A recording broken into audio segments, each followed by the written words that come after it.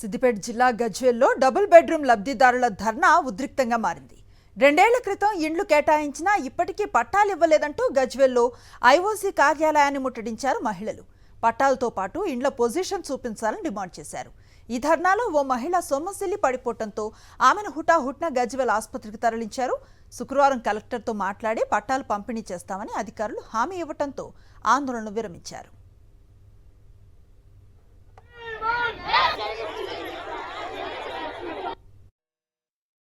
Draw తీసిరు 1100 మందికి draw తీసి ఇస్తామని చెప్పారు. ఎలక్షన్ కోడ్ పడ్డదన్నారు, అన్ని చెప్పారు, అన్ని విషయాలు జరిగిపోయినాయి.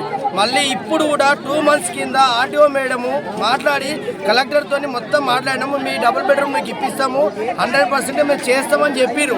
ఇప్పుడు ఏమంటారు, ఎంఆర్ఓ సార్ దగ్గర పోమన్నారు, ఆఖరికి ఆర్ఏ సార్ దగ్గర పోమన్నారు. అందరి దగ్గర వెనక 200 ఇంటూ సర్వే చేసినాము, మిగతా వాళ్ళు ఆగాలి అన్నట్టుగా మాట్లాడుతారు. మాకు మాత్రం డబుల్ బెడ్రూమ్లు వస్తాయని గ్యారంటీ లేవు. పట్టాలు కావాలి, మా పట్టా మాకు కావాలి, ఖచ్చితంగా 100% కావాలి.